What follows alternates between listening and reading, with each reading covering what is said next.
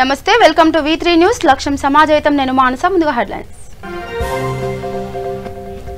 మంత్రి అజయ్ వేధింపులకు గురి చేస్తున్నారు ఖమ్మం జిల్లా బీజేపీ నాయకుల ఆరోపణ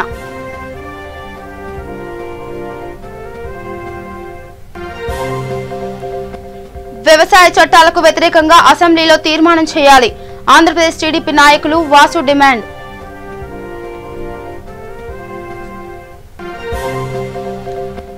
హక్కుల కోసం ఆదివాసీల ఆందోళన జీవో నెంబర్ 3ను పునరుద్ధరించాలని విజ్ఞప్తి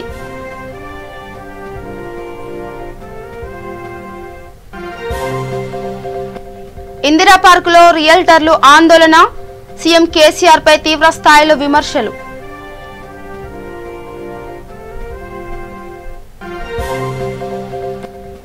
పశ్చిమ గోదావరి జిల్లా దొంగల్ హాల్చెల్ 8 లక్షల విలువ గల బంగారు ఆభరణాల చోరీ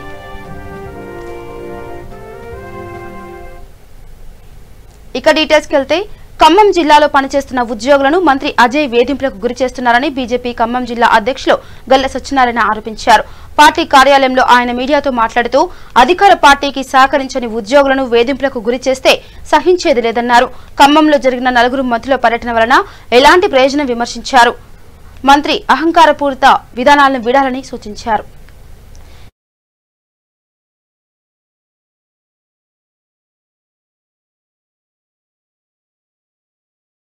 బదిలీ చేయించి అక్కడ సరెండర్ చేసేటువంటి ప్రయత్నం చేసి నిన్న హైదరాబాద్ లో జిహెచ్ఎంసీ ఎన్నికల్లో ఈ టీఆర్ఎస్ పార్టీ ప్రజా వ్యతిరేక విధాన నిర్ణయాలు తీసుకుంది కాబట్టి భారతీయ జనతా పార్టీ పెద్ద ఎత్తున ప్రజలు పట్టం కడితే అభినందించడానికి వెళ్ళారు.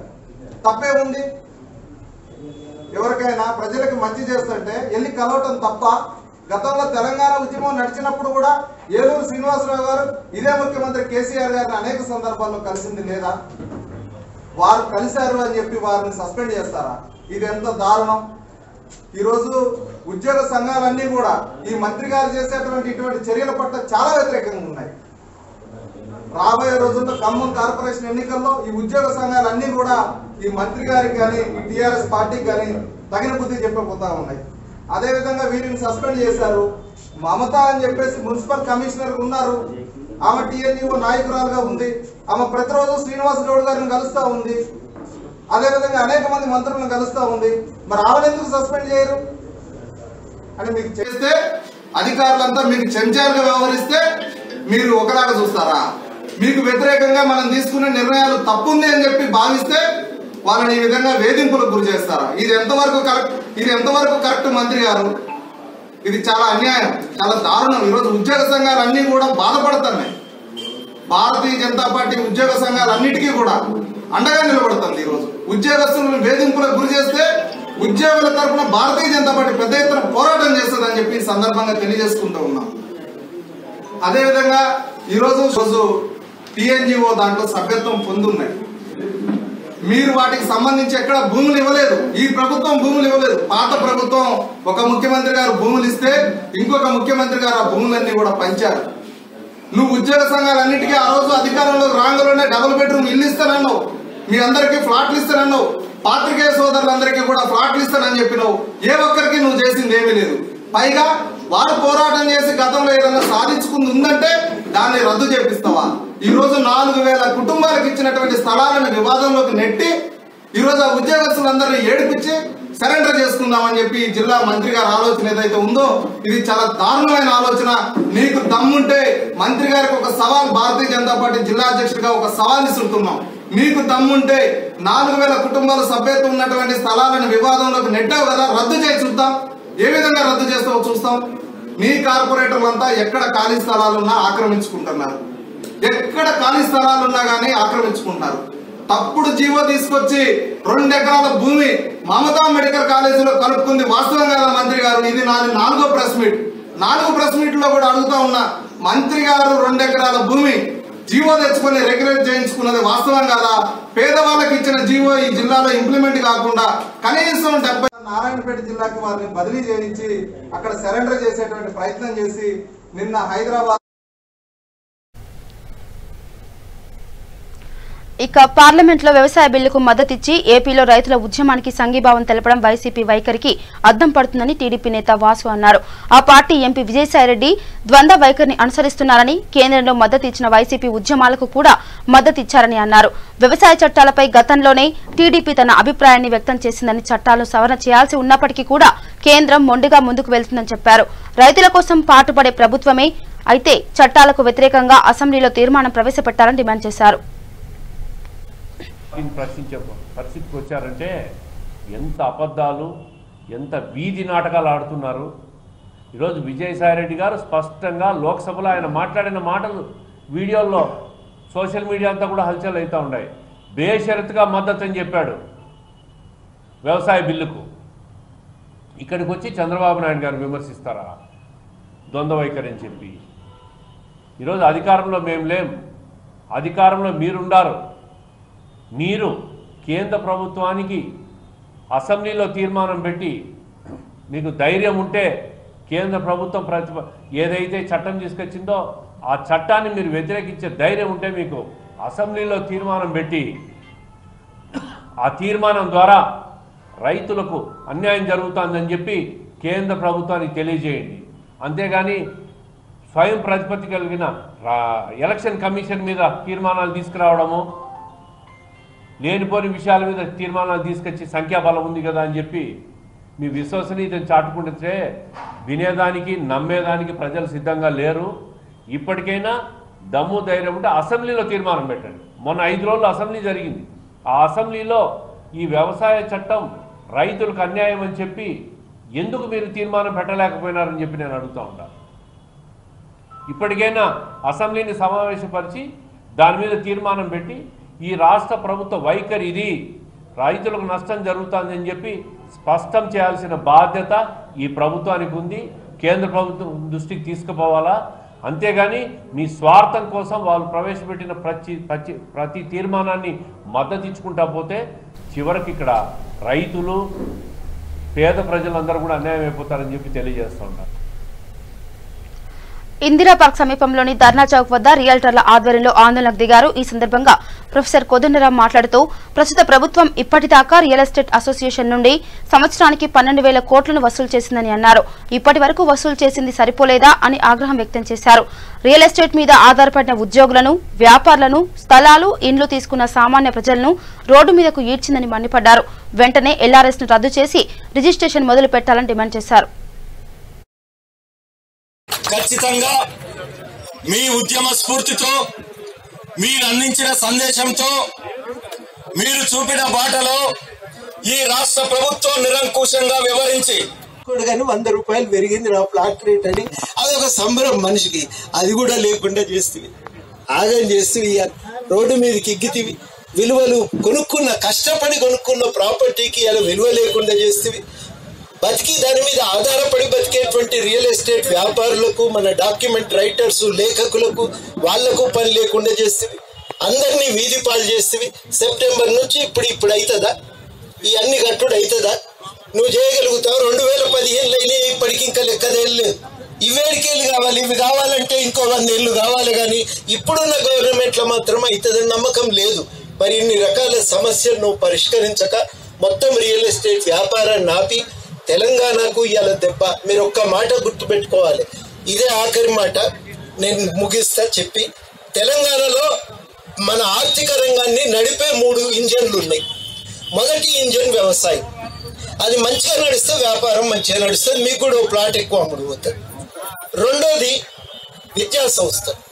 బోల్డ్ అన్ని ప్రైవేట్ స్కూళ్ళు అయినాయి. ఆ టీచర్లు జీతాలతోని అదో ఇదో కొనుక్కుంటుంటారు. దానివల్ల కొంచెం బిజినెస్ నడుస్తుంది, ఆర్థిక రంగం నడుస్తుంది. మూడోది రియల్ ఎస్టేట్. 3 ఆర్థిక ఈ ఇంజన్లను ఇలా కృషి చేసింది ముఖ్యమంత్రి కాకపోతే ఇవ్వాలండి. వ్యవసాయాన్నేమో వారు పండించుకొని వారిని బతికేటోనికి సన్నట్లేస్తే గొప్ప అని చెప్పి నువ్వే సన్న మోతివి. అంత అయిపోయినాక ఇలా సన్నట్లేసినోడు ఆగమైపోయాడు. ఏం కొడతాడు చెప్పండి? కొట్టినాక వాళ్ళు కూడా గట్టిపడే ఇనుము లెక్క తయారైపోయారు. ఇక మమ్మల్ని చేయగలిగేది అయితే ఏం లేదు, ఏమి ఈక వీకేది కూడా లేదు. ఇక మీ అందరికీ కూడా నేను చెప్పేది ఏంటంటే ఖచ్చితంగా నిలబడదాం, ఎదుర్కొందాం. ఇక ఊకునే పరిస్థితే లేదు. ఆర్థికంగా నాశనం అయిపోతుంటే, పెళ్ళాం పిల్లలు మన కళ్ళ ముందు తిండికి లేక ఆగమైపోతుంటే ఎందుకు ఊకోవాలని చెప్పి అడుగుతున్నా. ఖచ్చితంగా నిలబడదాం, కొట్లాడదాం, మన హక్కు మనం సాధించుకుందాం. ఆయన ఫామ్ హౌస్కి వెళ్ళి ఒక ఇంచు అటు ఇటు జరపమని ఊకుంటాడా? అక్రమంగా నీ కొడుకు సంపాదించుకున్న ప్లాట్లకే ఉట్టిగా పోయి ఫోటో తీస్తేనే కేసులు పెడితివి. మరి మాయైతే భూములు కావా, ఆస్తులు కావా? మేము మనుషులం కాదా? అందుకనే మేము ఇవాళ అడుగుతున్నాం, మార్చుకోమని చెప్పి ఇవాళ ఖచ్చితంగా ఈ ముఖ్యమంత్రి గారిని హెచ్చరిస్తున్నాం. ఎల్లారు మీ వెంట నీరుంటా, సమస్య పరిష్కారం. ఆదివాసీలు హక్కుల కోసం మరోసారి ఆందోళన బాటపట్టారు. ఏజెన్సీ ప్రాంత ఉపాధ్యాయ పోస్టుల నియామకంలో 50% కోట మించరాదంటూ దేశ అత్యున్నత న్యాయస్థానం ఇచ్చిన తీర్పును పునః పరిశీలించాలని, రాజ్యాంగం కల్పించిన 5వ షెడ్యూల్ను పకడ్బందీగా అమలు చేయాలని ఆదివాసీలు పట్టుబడుతున్నారు. ఇప్పటికే రాష్ట్ర వ్యాప్తంగా ఎస్టీ జాబితా నుంచి లంబడలను తొలగించాలంటూ ఉద్యమాలు చేస్తున్న ఆదివాసీలు జీవో నెంబర్ 3ను పునరుద్ధరించాలని ఆందోళన బాటపట్టారు. ఏజెన్సీ ప్రాంత ఉద్యోగాల్లో ఆదివాసీ నిరుద్యోగులకు తీవ్ర అన్యాయం జరుగుతుందని ఆవేదన వ్యక్తం చేస్తున్నారు.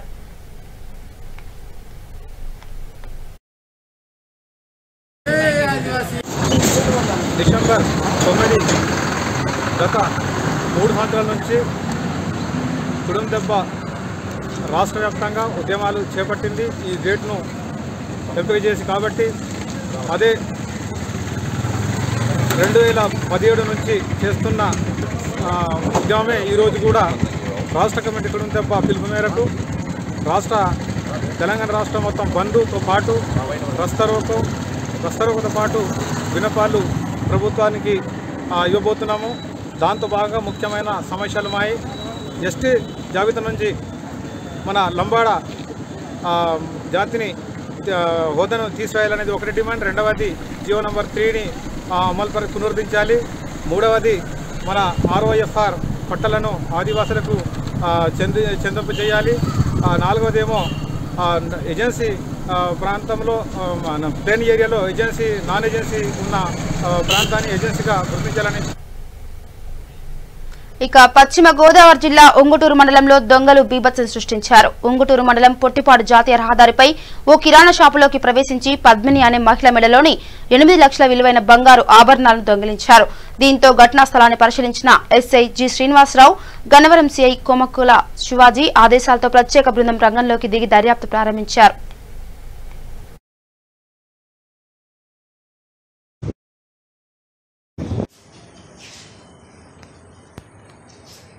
మేము రోజు పొలంలో గేదెలను తోలుకున్నాం. వాళ్ళేమో గొడ్డనే మేపుతూ ఉండగా గేదెలని వాళ్ళు వచ్చి పాత మెషిన్ వాళ్ళం మేము ఇది ఇక్కడ ఒక 60 సెంటు ఒప్పుకున్నాము, దాని తప్పి ఇది కూడా కోస్తామని వచ్చారండి. వస్తే వాళ్ళేమో లేరండి, ఎవరో కాసేపు ఆగి వస్తారా అని అన్నామండి. అన్నాక వచ్చేసి రోడ్డు అంతా కూర్చున్నారండి. ఒక అరగంట సేపు కూర్చుని ఇంకా వస్తారంటండి. దారి ఉందా అన్నారు. దారి లేదండి అన్నారు. అన్నాక వెనకగా దారి లేదనేటడికి మళ్ళీ వెనకమాలుగా వచ్చి తల వంగేసి లాగుతూ ఉండగా నేను కేకలేసి అట్లా పట్టుకునేటడికి బుద్ధి పైగా లాగేసాడు. కాదు మీకు తెలుసా మళ్ళీ ఎవరో చూస్తే గుర్తుపడతానండి. వాళ్ళు ఇక్కడ వాళ్ళేనా? ఇక్కడ వాళ్ళు కాదండి. మరి ఇటు వాళ్ళే అన్నానేమో కానీ తెలియదు అన్నా. జరిగింది ఎన్ని గంటలకు? 2 గంటల 15 నిమిషాలు పడుతుంది. పెద్ద వయసు వాళ్ళ చిన్న వయసు? చిన్న వయసు వాళ్ళే. ఫస్ట్ రాటో ఏమడిగారు? కోత మిషనే కోస్తామండి అని అన్నారండి. ఇంకేం అడగల. ఆ మాట అడిగితే వాళ్ళు లేరండి, మరి ఇటు దారి లేదు అన్నాం మేము. దారి లేదంటే సరే వాళ్ళు వస్తారుగా, చేను వాళ్ళు వస్తారో మేము కనుక్కుంటాంలే అన్నారండి. సర్లే అన్నామండి. సర్లే అని మేము కూర్చున్నామండి. మా అమ్మగారు ఏమో గేదెలు అట్టే. Champapet division Congress party corporator అభ్యర్థి వింజమూరి రాఘవాచారి ఆధ్వర్యంలో కాంగ్రెస్ పార్టీ అధ్యక్షురాలు సోనియా గాంధీ జన్మదిన వేడుకలు ఘనంగా నిర్వహించారు. ఇందులో భాగంగానే గాంధీ చౌరస్తాలో కేక్ కట్ చేసి సంబరాలు చేసుకున్నారు.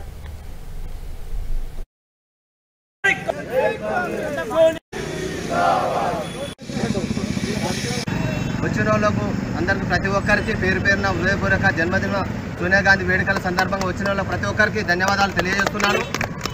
అదేవిధంగా ఈరోజు మహత్తరమైన మన తెలంగాణకు ఇచ్చినటువంటి శుభ సందర్భంగా తెలంగాణ తల్లి సోనియా గాంధీ జన్మదిన వేడుకలు జరుపుకోవడం మన శుభసూచకం. మన తెలంగాణ కోసం మరి ఇవాళ పార్టీలు అన్ని పార్టీల వారు గొప్పగా చెప్తున్నారు. మరి బీజేపీ పార్టీ ఆనాడు తెలంగాణ కోసం ఇవ్వడానికి వెనుకాడిన సందర్భంలో మరి అదేవిధంగా జార్ఖండ్ ఉత్తరాఖండ్ ఇచ్చింది కానీ తెలంగాణ ఇవ్వలేదు అప్పుడు. కానీ ముందుకు వచ్చి సోనియా గాంధీ గారు తెలంగాణ నేను ఇస్తాను, తెలంగాణకు నేనుంటాను మద్దతుగా నిలిచి తెలంగాణ ఇచ్చినటువంటి మన తెలంగాణ తల్లి ఏకైక వ్యక్తి మన సోనియా గాంధీ గారు అనే విషయం. ఇక రంగారెడ్డి జిల్లా ఆమన్గల్ మండలంలో TRS municipal convener Appam Seenu media సమావేశం ఏర్పాటు చేశారు. కల్వకుర్తి ఎమ్మెల్యే జైపాల్ యాదవ్, ఎమ్మెల్సీ కసిరెడ్డి నారాయణ రెడ్డి మధ్య వర్గ విభేదాలను తొలగిపోయే దిశగా పార్టీ అధిష్టానం చర్యలు తీసుకోవాలని ఆయన కోరారు. గతంలో దీనిని మంత్రి దృష్టికి తీసుకెళ్లినా కూడా ఎలాంటి ఫలితం లేదని ఇకనైనా స్పందించిన చర్యలు చేపట్టాలని కోరారు. ఈ కార్యక్రమంలో municipal convener Appam scene, Madugula మండలం నాయకులు కొండలరెడ్డి, జహంగీర్, రమేష్ తదితరులు పాల్గొన్నారు. జై కేసీఆర్, జై కేటీఆర్. కల్వకుర్తి నియోజకవర్గంలో గత కొంతకాలంగా అధినాయకత్వంలో ఇక్కడ ఈ ప్రాంత అధినాయకత్వంలో వర్గ విభేదాల వల్ల ప్రాబ్లం జరుగుతూ ఉంది. కార్యకర్త నష్టపోతూ ఉన్నాడు. నాయకులు కూడా ఎవరి దగ్గరికి పోవాలా ఎవరి దగ్గరికి పోకూడదు అనే సంశయంలో పడ్డారు. నీ మనిషి నా మనిషి అనే విభేదాలు వస్తున్నాయి. కాబట్టి వీటిని త్వరగా రూపుమాపి పార్టీ మొత్తం ఒకరి ఆధ్వర్యంలో ఒక వన్ డైరెక్షన్లో పనిచేయాల్సిన ఆవశ్యకత ఎంతైనా ఉంది. దీనికి కారణంగా ఈ వర్గ విభేదాల కారణంగా చాలా నష్టపోతుంది పార్టీ. ఇక్కడ చెడ్డ పేరు వస్తుంది. మా అందరికీ ప్రాణప్రదంగా చూసుకునే మా పార్టీలో ఇవన్నీ రూపుమాపాలని చెప్పి మినిస్టర్ గారికి చెప్పడం జరిగింది గతంలో కూడా. అయినా సమస్యకు పరిష్కారం దొరకట్లేదు. వీలైనంత తొందరగా అధినాయకత్వం దిగి వచ్చి ఎవరైనా ఒక కమిటీ వేసి ఇక్కడ ఉన్న పరిస్థితులను చక్కదిద్దాలని చెప్పేసి ఈ సందర్భంగా మేము కోరుతాం. గతంలో ఎలక్షన్ జరిగినప్పుడు, ఎమ్మెల్యే గారు ఎలక్షన్ జరిగినప్పుడు మేమందరం కూడా రాత్రి బౌళ్ళు పనిచేసి ఎమ్మెల్యేని గెలిపించుకోవడం జరిగింది. ఆ రోజు కేటీఆర్ గారు కేటీఆర్ గారు ఒక సమన్వయ కమిటీని ఏర్పాటు చేసి కల్వకుర్తిలో ముందుకు పోవాల్సినటువంటి ఆవశ్యకత ఉందని చెప్పారు. అది ఇప్పుడు చాలా అక్యురేట్ కంపల్సరీ కావాల్సినటువంటి పరిస్థితి ఏర్పడింది. ఎందుకంటే అందరం ఒక్కతాటి మీద నడవాలంటే ఒక సమన్వయ కమిటీ కావాలి. నేను గొప్ప నువ్వు గొప్ప అనుకోకుండా పార్టీని ముందుకు తీసుకెళ్లాల్సినటువంటి అవసరం ఉంది. కాబట్టి ఒక సమన్వయ కమిటీని కూడా ఏర్పాటు చేసి పార్టీని ముందుకు సమన్వయంగా నడిపిస్తే బాగుంటుందన్న ఉద్దేశం మాకందరికీ ఉంది. ఆ డైరెక్షన్. లక్డీకపూల్లోని commissioner and director of school education కార్యాలయంలో టీఎస్టీటీ ఆధ్వర్యంలో ధర్నా నిర్వహించారు. ఈ కార్యక్రమంలో ఫెడరేషన్ ప్రెసిడెంట్ లక్ష్మణ్ నాయక్ మాట్లాడుతూ ఎన్నో సంవత్సరాల నుంచి ట్రైబల్ టీచర్స్ కోటాలో దివ్యాంగుల ఉద్యోగాల భర్తీని వాయిదా వేస్తూ దివ్యాంగులకు అన్యాయం చేస్తున్నారని ఆరోపించారు. ఎన్నోసార్లు అధికారులకు మొరపెట్టుకున్నా కూడా స్పందించడం లేదని ఆవేదన వ్యక్తం చేశారు. వెంటనే ఉద్యోగాలను భర్తీ చేయాలని, లేని ఎడల రాష్ట్ర వ్యాప్తంగా ఆందోళన చేపడతామని హెచ్చరించారు.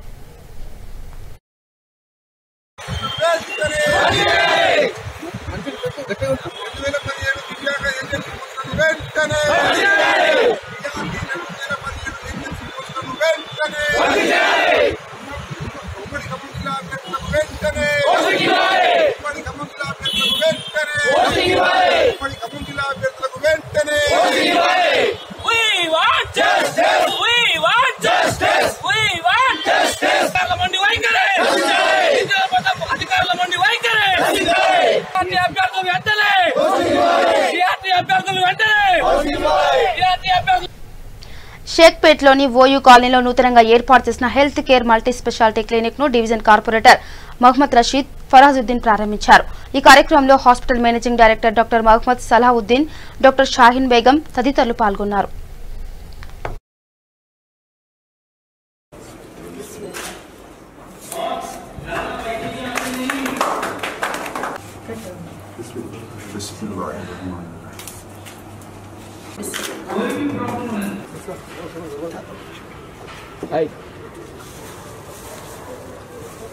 गुलपोशी शालपोशी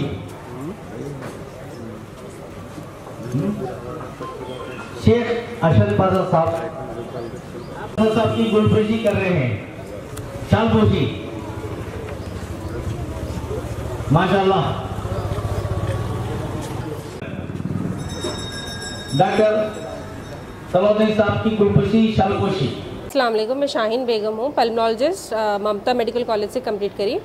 आज हमारे health care multi speciality clinic का ओपनिंग है, ग्रैंड ओपनिंग डे है.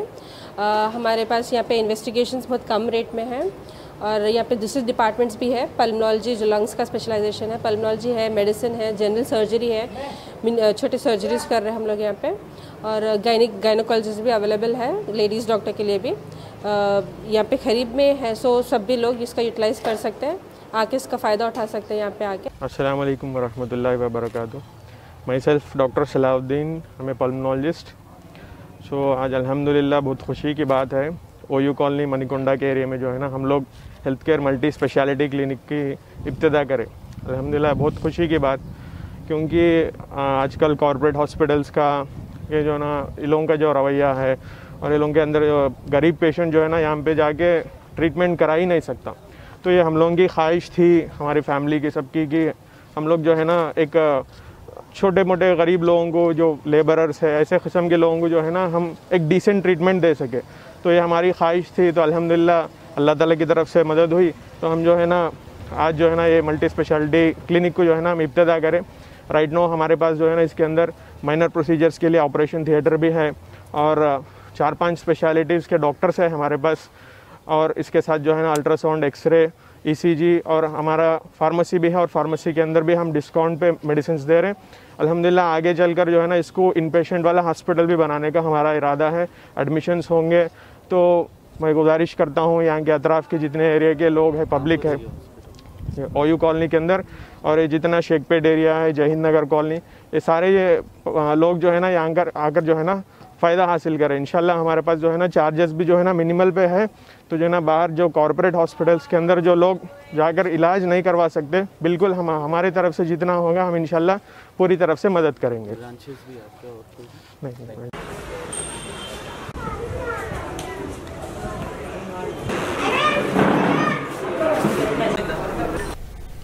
యాదాద్రి భువనగిరి జిల్లా వలిగొండ మండలం లింగరాజపల్లి గ్రామంలో మృతి చెందిన వానరానికి అంత్యక్రియలు నిర్వహించారు. యువకులు షాక్ గురై వానరం మరణించడంతో జై శ్రీరామ్ అంటూ నినాదాలతో అంతిమ యాత్ర చేసి అంత్యక్రియలు చేశారు.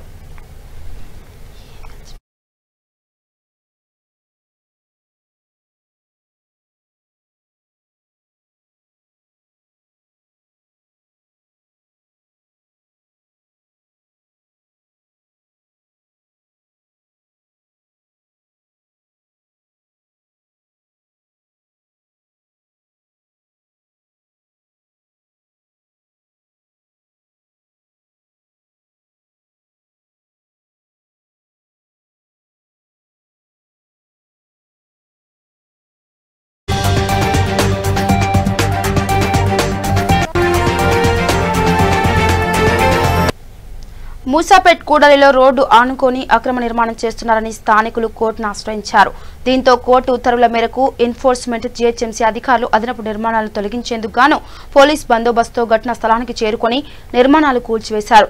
నిర్మాణాన్ని తొలగించేందుకు గాను అక్కడికి వచ్చిన అధికారులను యజమాని అడ్డుకోవడంతో అతన్ని పోలీసులు అదుపులోకి తీసుకున్నారు.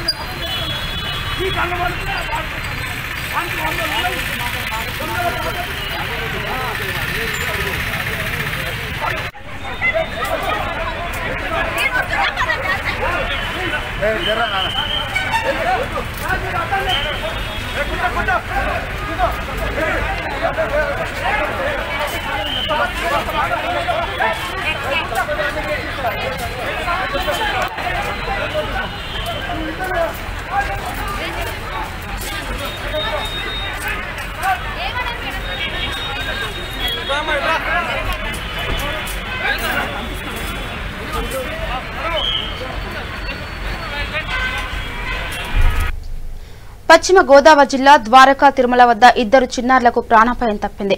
చిన్నారులకు దర్శనానికి అనుమతి లేకపోవడంతో తల్లిదండ్రులు అక్కడే ఉన్న కార్ పార్కింగ్ వద్ద విడిచి వెళ్లారు. ఈ క్రమంలో ఆ ఇద్దరు కారులో అపస్మారక స్థితిలో ఉండటాన్ని అక్కడే ఉన్న కానిస్టేబుల్ గుర్తించడంతో వెంటనే వారిని ఆసుపత్రికి తరలించి చికిత్సను అందిస్తున్నారు.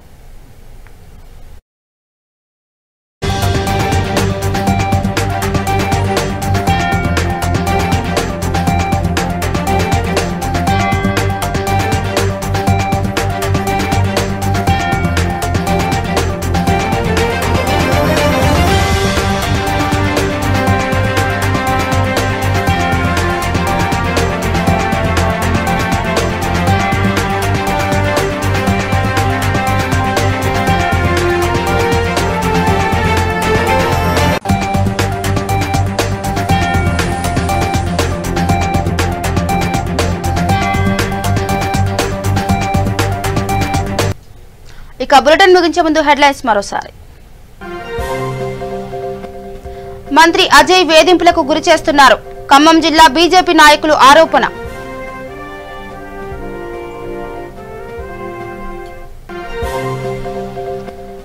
వ్యవసాయ చట్టాలకు వ్యతిరేకంగా అసెంబ్లీలో తీర్మానం చేయాలి. ఆంధ్రప్రదేశ్ టీడీపీ నాయకులు వాసు డిమాండ్.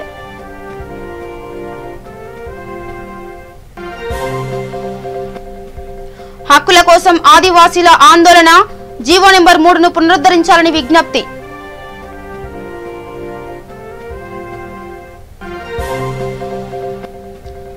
ఇందిరా పార్క్ లో రియల్టర్లు ఆందోళన. సీఎం కేసీఆర్ పై తీవ్ర స్థాయిలో విమర్శలు.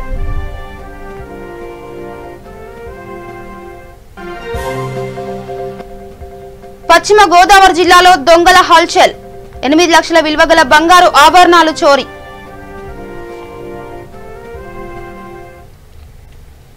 ఇవి bulletin updates. Keep watching V3 news. లక్ష్యం సమాజేతం. నమస్కారం.